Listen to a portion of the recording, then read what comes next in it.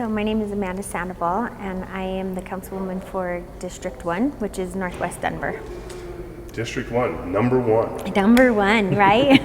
For those who aren't familiar with District 1, what is District 1? Who do you represent? So the boundaries are Sheridan Boulevard, 52nd being the northern boundary, all the way to Lakewood Gulch, which is probably like 11th and Sheridan, and then down Lakewood Gulch east wraps, it's not the stadium, but it wraps around the stadium all the way to the Platte River, and then the Platte River down to I-25 and Inca, and then back to 52nd. So the neighborhoods are Sunnyside, Chaffee Park, Berkeley, Regis University, Jefferson Park, Highland, Sloan's Lake, West Colfax. I think that's it. You're kind of the amoeba district. You kind of got your... In everything. In everything. It's true. You're not quite the stadium district. You're not quite South Platte. It's kind of all over the place. It's all over the place, yeah. And it's one of the Highlands, and some of the neighborhoods over there are some of the original Denver neighborhoods. So Highland used to actually be its own town, and you used to go up, because it's up on a hill from Denver, you just go to Highland. Right. So it has a lot of the old character, old beautiful homes, a lot of business nodes, so it's not a suburban setting. It's real, it's the grid, and then it has cute little business nodes like 32nd and Lowell, 32nd and Tejon area, Little Man Ice Cream is over there, so we have a lot of really good... They've been in the news lately. They have been in the news. They just opened a new factory on West Colfax.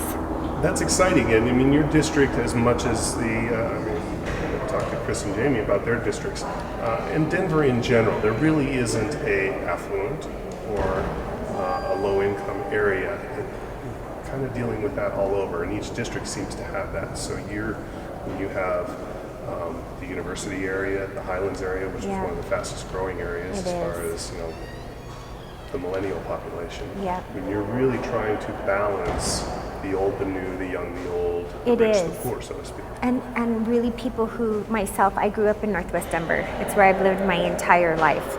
And then you have a lot of displacement and gentrification that has happened. So you're really mixing people who have lived in Denver their entire lives, in North Denver like me, and with people who have moved in. And when I grew up there, it was mostly a Latino, predominantly Latino neighborhood. And now the demographics have definitely switched, and the price point has switched. There's houses around the corner from me that are on sale, like going up for $1.2 million. And I think I bought my house 16 years ago for $270,000.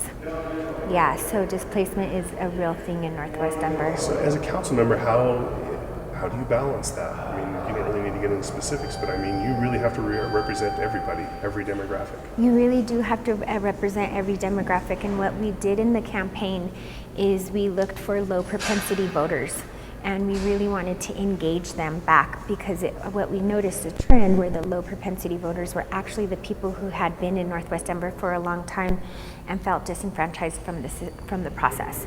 So what we want to do is want to go back and take, one of my first goals is a while back, City Council had to move their offices down to the City and County building. So one of the first things I want to do is move the council office back into the district and really be more accessible to all demographics, not just people who are able to leave their jobs to go meet with a council person, but people who are actually on their way home and they walk by the office and they're like, oh, look, I meant to stop in and talk to that person. So you are doing all spectrums of people in Northwest Denver, which is great. That's my bread and butter. That's who I'm so proud to represent everyone. You do border Jamie's district. I do. Dealing with the growth, as she and I were talking about a minute ago, about the stadium districts and a lot of that. And as we already mentioned, the Highlands area. I mean, just outrageously crazy growth. Mm-hmm. How did that play into maybe you wanting to be a part of City Council? So what really played a role into wanting me to run for City Council is I had been the chief of staff for Councilman Espinoza, who decided not to run. And being able to go into really difficult situations and find compromise, and being able to push the envelope in a way where you weren't letting people feel like they were part of the process.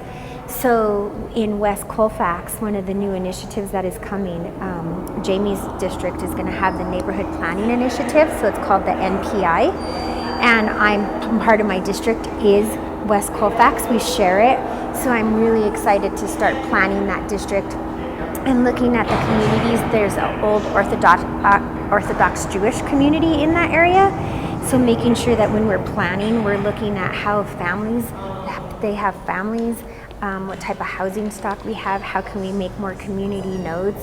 So I'm really excited to start that planning initiative. So yes, you represent District 1, but because of this, you already mentioned kind of the overlapping of things, you really have to represent the city of Denver. Yeah, so a council person, every Monday night, you vote on all bills. Any rezoning, a council member, you vote on all landmark districts. So you have to really be well versed on all city issues, and that's really great. I'm a Denver native, and so it's an opportunity to not just be in a silo in Northwest Denver, to actually figure out how can I leverage things for Northwest Denver while I'm also helping maybe Councilman Torres or Councilman Sidibaca or even someone down in South Denver. So making sure that when we're actually thinking about budget amendments and transportation projects, Colfax starts at our city limits and goes all the way east to the other city limits, right?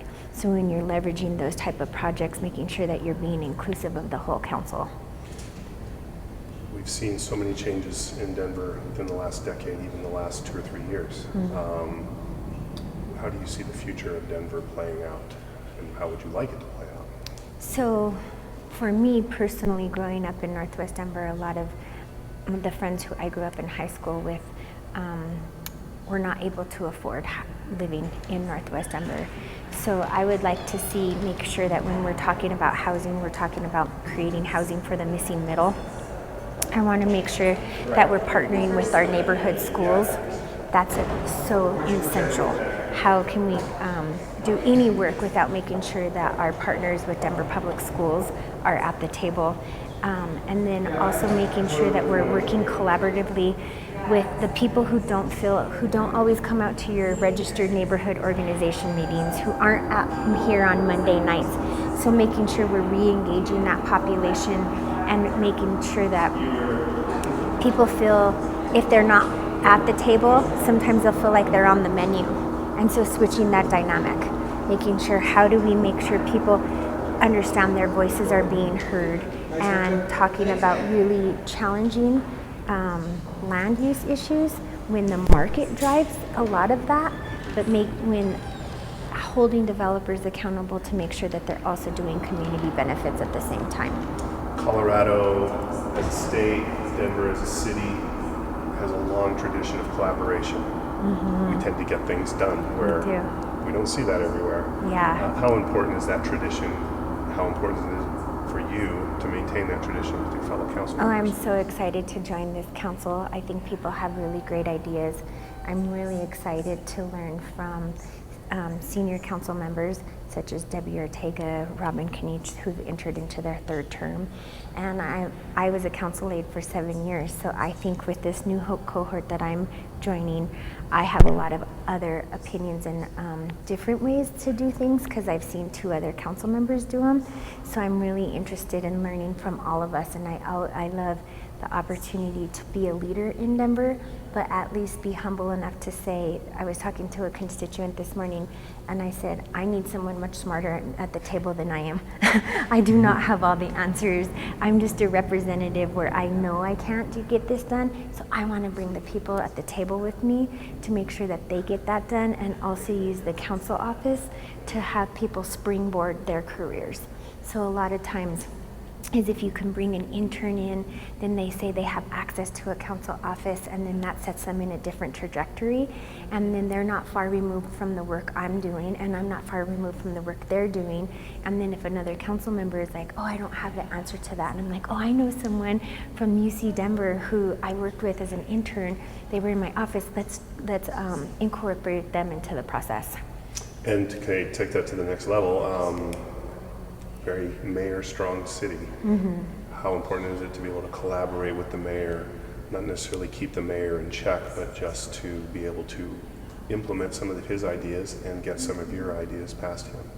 So I think it's a fine line. You have to make sure that you are holding each other accountable.